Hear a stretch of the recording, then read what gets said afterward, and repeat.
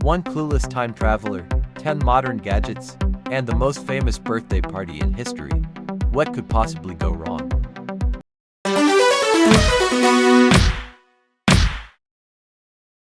On a star-choked December night in 01 BCE or 04 BCE, depending on which scholarly fistfight you join, the sleepy Judean hamlet of Bethlehem smelled like wet straw and impending destiny. Into this dusty diorama or accidental hero, let's call him Max, face planted out of a swirling blue wormhole, clutching a nylon backpack that NASA hadn't even dreamed of yet. By sunrise he would be worshipped by shepherds, interrogated by Romans, and very nearly mistaken for a fourth Magus after blinding half the village with a solar-powered lantern. But right now Max's biggest problem was that his thermal foil blanket made him look like a giant sardine, and a carpenter named Joseph was eyeing him like surplus lumber. The foil-wrapped fallen star. Is Max a messenger of heaven, or tomorrow's heretic barbecue? Max groaned, disentangling himself from the shimmering foil. Desert nights get shockingly cold.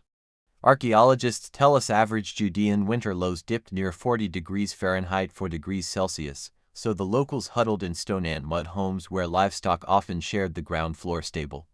Emerging from an alley, Max found precisely that arrangement. Animals below, people above, pungent harmony all around. When a shepherd boy spotted the metallic blanket reflecting moonlight, his eyes went saucer-wide. Malak, angel. Word spread faster than plague. Soon a knot of villagers formed, led by Joseph, whose calloused hands suggested a lifetime of chiseling beams for Herod's latest vanity project. In halting Aramaic gleaned from his multi-language phrasebook, Max croaked, Shalom Bamkin, peace be with you. The crowd gasped. Angels, apparently, spoke with funny accents. But suspicion brewed. A Roman patrol clinked around the corner, bronzed helmets glinting. Policing Bethlehem during Augustus's census, Luke 2:1 mentions it. Historians debate the exact year meant, sniffing out zealots and tax dodgers. A glowing foil man screamed political unrest. Max needed a distraction, fast. He fished out item number 1, the solar-powered flashlight plus lantern combo, covered the lens with his palm, uttered a prayer to Edison, and unleashed a beam of white fire into the night sky. Gasps turned to knee-hit reverence. Even the Romans froze, half raising spears, half crossing themselves. Old habits from polytheism die hard. Max exhaled. Angel status secured, for now. Spoiler alert, the indestructible Bible. What happens when tomorrow's scripture meets yesterday's baffled rabbis?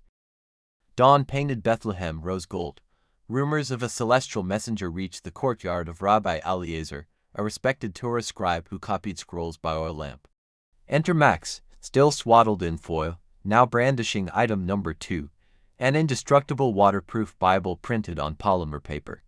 He flipped to Isaiah 7:14 and pointed at the newborn cries wafting from Joseph's makeshift nursery.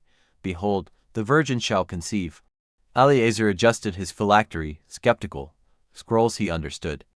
Codices were centuries away. Max tapped the page. The rabbi stroked it, marveled at the smoothness, then tried to tear a corner. It resisted like iron. Eyes widened. This is divine skin? Max, realizing the theological migraine he'd unleashed, backpedaled. He couldn't reveal that half this book wouldn't be written for decades. Cue cliffhanger. Eliezer demanded more. Who pens these words of the Anointed One? Max stammered, realizing that quoting the Gospel of Matthew, decades unborn, could rewrite reality faster than a bad sequel. He slammed the covers shut, claiming divine NDA. Eliezer's pupils narrowed. This angel guarded secrets, perhaps dangerous ones. The oracle in your pocket. Will Max's smartphone get him worshipped or executed for witchcraft? Roman centurion Marcus Flavius didn't trust miracles he couldn't tax. When news of the glowing blanket and interrogable scroll hit his ears, he dragged Max to the town square. Torches flickered, a crowd gathered like moths. Under threat of a gladius to the ribs, Max produced item number 3, smartphone plus solar charger. Battery at 64%. He queued up a high-resolution image of Earth suspended in velvet blackness, the blue marble. The crowd gasped. Marcus dropped his spear. Then Max played an MP3 of Gregorian chant, centuries anachronistic, but who's counting? Ethereal harmonies reverberated off stone walls. Children wept, goats bleated in D minor. Is that the music of the spheres? Marcus whispered. Max nodded sagely, though internally he debated whether Enya might have been overkill. By showing them their planet from space, he'd granted a perception shift Aristotle never dreamed of. But knowledge is power, and power scares emperors. Marcus narrowed his gaze. If you controlled the heavens, you threaten Rome. Max gulped. Time to pivot from cosmic overlord to humble healer. Penicillin, the original miracle pill. Cure one infection, gain adoring disciples, and Rome's medical inquisitors. Enter Miriam, a teenage shepherdess with a festering gash on her leg, infected, foul-smelling, likely fatal in an age where mortality rates for such wounds soared. Max saw opportunity and risk. He had exactly 10 penicillin capsules and a half blister of paracetamol. He mashed a capsule into water, applied the paste, and gave her 500 milligrams orally, anachronistic dosing. But hey, within hours the redness cooled. By nightfall the fever broke.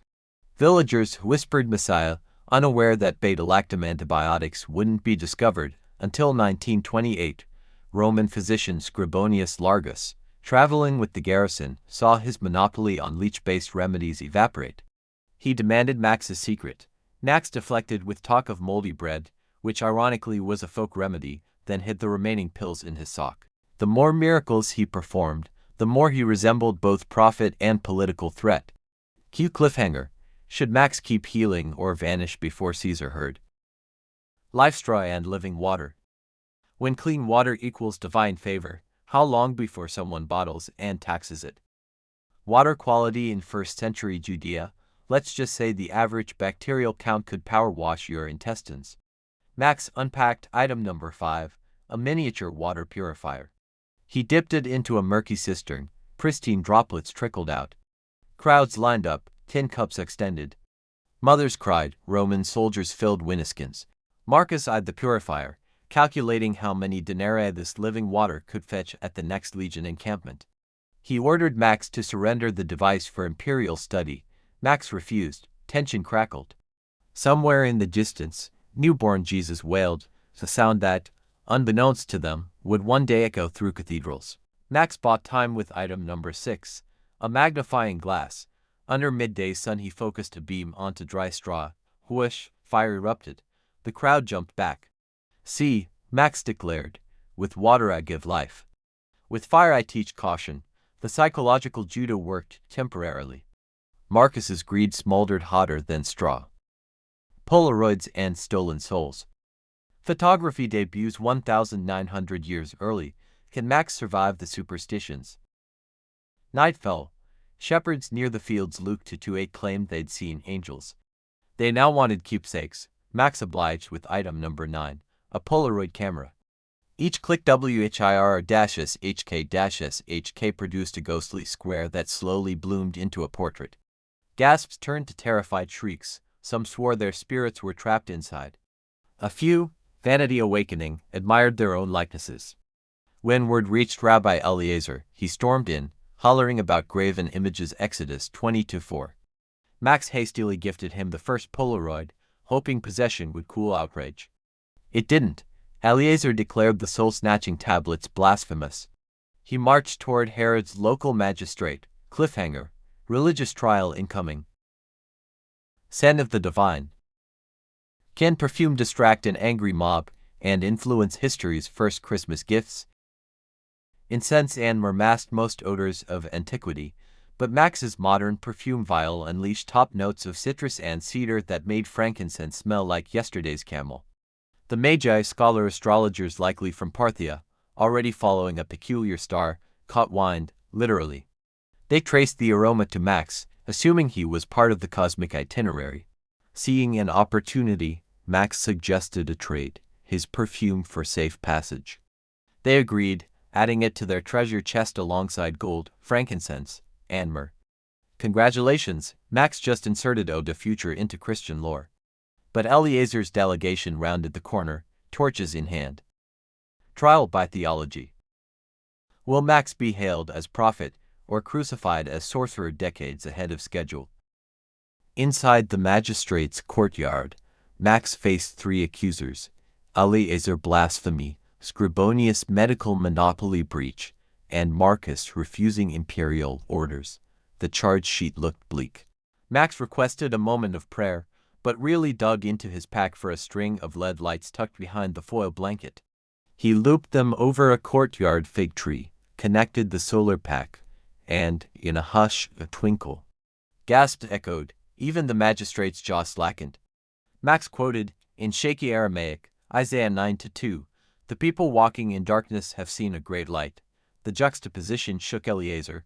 Could this be sign and fulfillment? Marcus eyed the tech, torn between awe and property seizure. Scribonius plotted black market resale.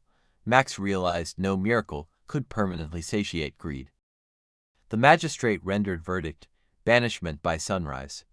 Roman policy often expelled suspicious wonder workers rather than create martyrs. Max would live but must leave Judea, tech confiscated. Except they couldn't figure out how to detach the solar charger from the tree. As soldiers fiddled, Max grabbed his pack and bolted into the labyrinthine streets. Escape via census chaos. Can Max outrun history, and should he? Bethlehem teemed with census migrants. Max blended in, swapping his foil blanket for a common wool cloak, scratchy but inconspicuous. He navigated alleyways lit by faint oil lamps, realizing with dread his flashlight glow could betray him. Better to stumble than shine. At the edge of town, a grotto overlooked terraced hills.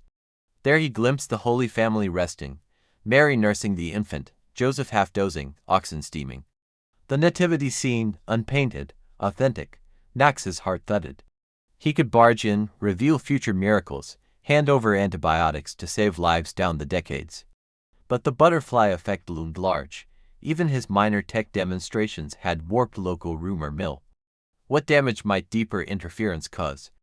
He quietly placed the Swiss Army knife beside Joseph's toolkit, a modest gift that might boost carpentry efficiency but not rewrite theology.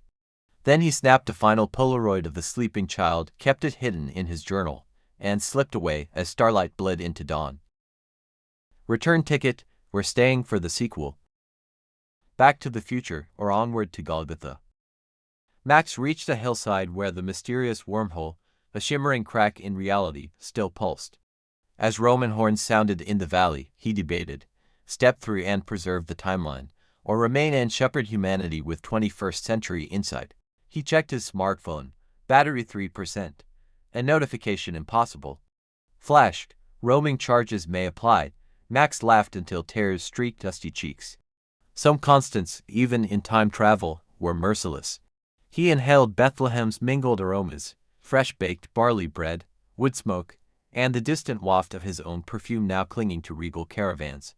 History felt fragile yet resilient. The Messiah would grow, preach, die, and rise. No gadget could cancel destiny. Max zipped the backpack, took one last look at the newborn king, and stepped into the blue rift. Light swallowed him.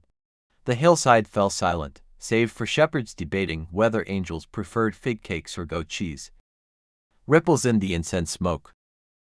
Back in 2025, Max tumbled onto his apartment floor, smartwatch buzzing 11:11 p.m. News headlines scrolled across the TV. Archaeologists unearth mysterious stainless steel knife in Galilee workshop, dating to early 1st century. Max grinned. Butterfly effect minimal, faith intact. Yet on his desk lay a Polaroid photo, a peaceful infant swaddled in linen, starlight hallowing his tiny face.